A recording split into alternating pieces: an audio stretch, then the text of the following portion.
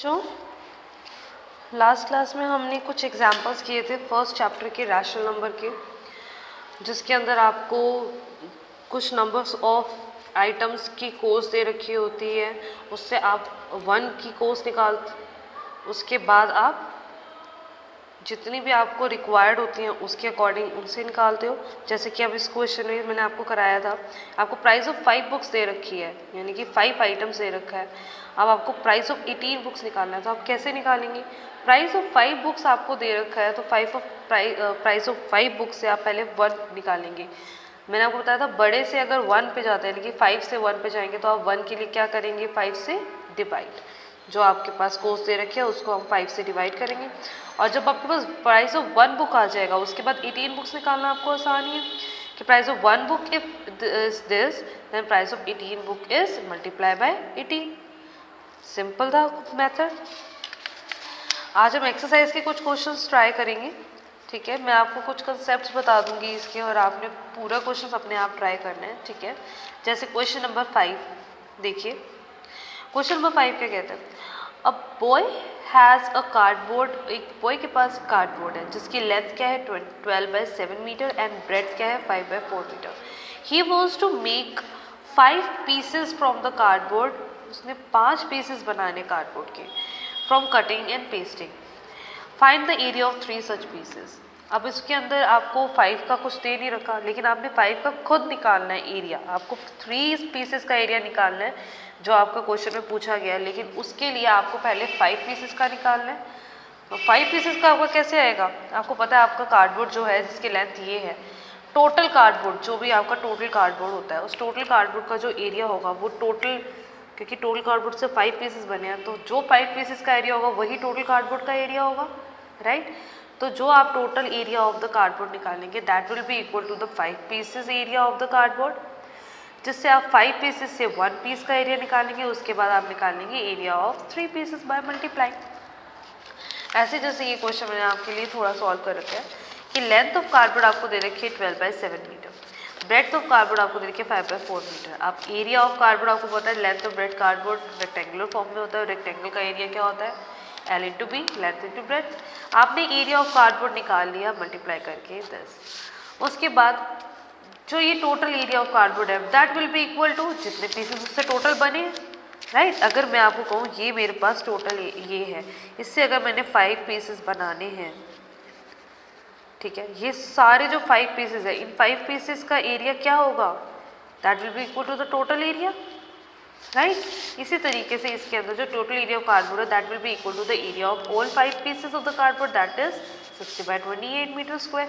और पर ये याद रखना कि एरिया के अंदर जो आप यूनिट लगाते हो वो मीटर स्क्वायर में होती है, और वो आप अगर मीटर स्क्वायर लगाना भूल जाएंगे तो आपके नंबर कट जाएंगे। तो ये आपने ज़रूर लगानी है स्क्वायर यूनिट। मीटर है तो मीटर, जो भी आपको सेंटीमीटर दे रखा तो सेंटीमीटर, मीटर तो मीटर, किलोमीटर तो किलोमीटर, ओके। तो ये आपका एरिया ऑफ 5 पीसेस आ गया। आपको क्या निकालना है? क्वेश्चन क्या पूछा हुआ है कि find the area of 3 such pieces, right. तो आपने एरिया ऑफ 5 पीस के बाद एरिया ऑफ 1 पीस निकालना आपके लिए आसान है। एरिया ऑफ 1 पीस क्या होगा? 60 बाई 28 को किससे डिवाइड कर दोगे? 5 से, यानी कि 1 बाय 5। फिर से मीटर स्क्वायर, हर जगह मीटर स्क्वायर लगाना है जहाँ पे एरिया की बात हुई है, क्यू और वॉल्यूम की बात हो तो क्यूब। आपने एरिया ऑफ 1 पीस निकाल लिया, 5 से 1 आ गए। अब 1 से कितनी भी यूनिट आपसे पूछी जाए आप उसके निकाल सकते हो। एरिया ऑफ 3 सच पीसेस, तो area of 3 pieces will be, जो एरिया ऑफ 1 पीस आया उसको आप 3 से मल्टीप्लाई कर देंगे, दैट्स इट, ये आपका आंसर आ गया, ओके। अब देखो नेक्स्ट क्वेश्चन क्या है। The length and the breadth of the cardboard is this respectively, ठीक है, and the length and the breadth of the second cardboard, यानी कि अब आपके पास 2 चीज़ें हैं, यानी कि आपके पास 2 कार्डबोर्ड्स हैं, ठीक है। L और B आपको दे रखा है, ये आपका फर्स्ट कार्डबोर्ड है, ये आपका सेकंड कार्डबोर्ड है, ओके। आपको इसकी लेंथ और ब्रेड्थ दे रखी है दोनों की रिस्पेक्टिवली।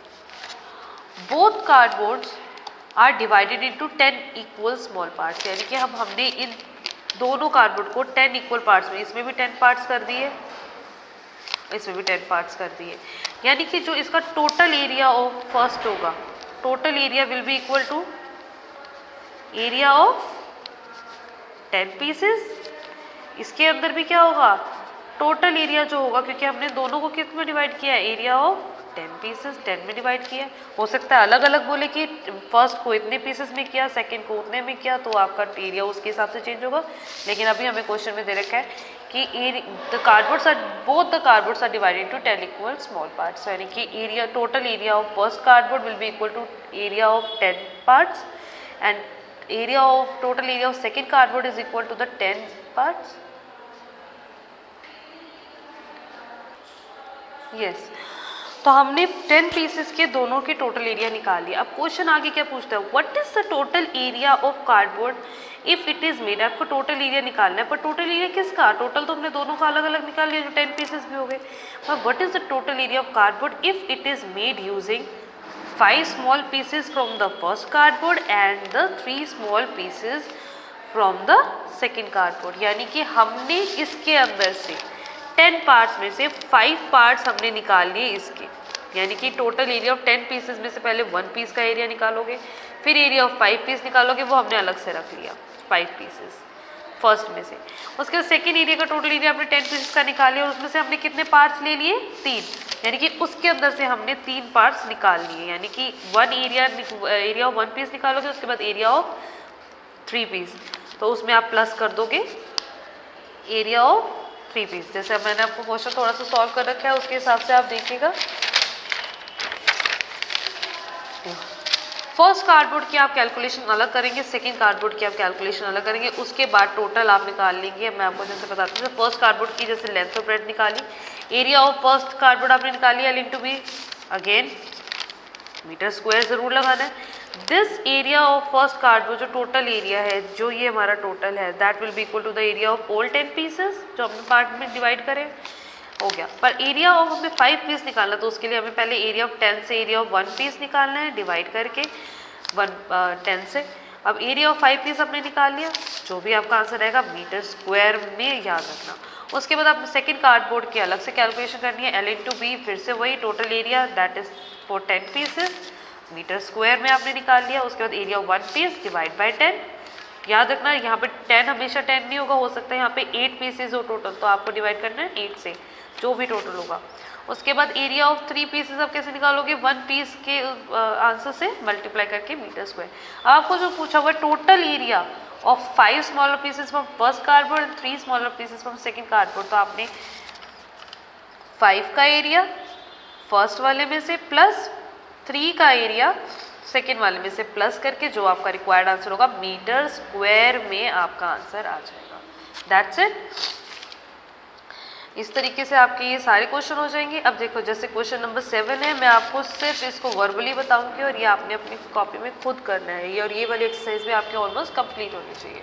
देखिए क्वेश्चन नंबर 7 क्या कह रहा है, one seller quoted the price, एक सेलर ने कोट किया प्राइस को ऑफ 5 पेन्स, कि उसके 5 पेन्स कितने के हैं, 5 pens and 3 pencil as 55 1/3 and 14 2/5। अब मिक्स फ्रैक्शन से प्योर फ्रैक्शन में आई गेस सबको करना आता है, मैं ये सोच के चल रही हूँ। तो 5 पेन ने फर्स्ट सेलर, आपने फिर से अगेन फर्स्ट सेलर का अलग से करना है और सेकंड सेलर का अलग से सॉल्व करना है। तो फर्स्ट सेलर का सबसे पहले सॉल्व करोगे तो उसने क्या कह रखा है कि 5 पेन मैं दूंगा 55 1/3 में, कितना 55 1/3 रुपीज़ में, ओके।